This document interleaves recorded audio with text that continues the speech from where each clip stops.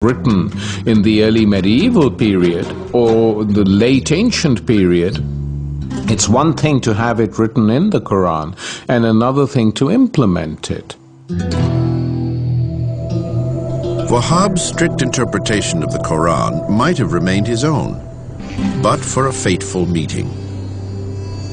In 1744, while traveling across the Arabian Peninsula, Wahhab met a local leader named Muhammad ibn Saud.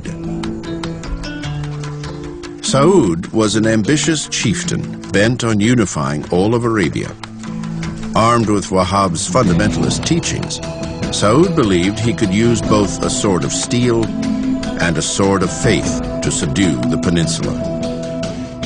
They actually literally signed a compact. You will be the religious leader and I will be the political leader, and we will try and take the whole peninsula.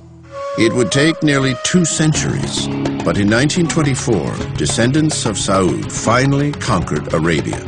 They now controlled Islam's holiest cities, Mecca and Medina.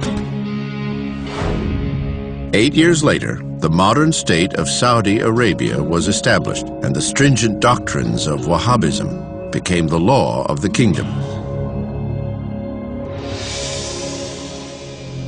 But it was not Wahhab who would create a fundamentalist doctrine for the modern age. That task was taken up by an Egyptian journalist who built on Wahhab's philosophy to create his own interpretation of the Quran, one grounded in violence and steeped in controversy. His name, Syed Qutb. 1918, the end of World War I spelled the final collapse of the faltering Ottoman Empire.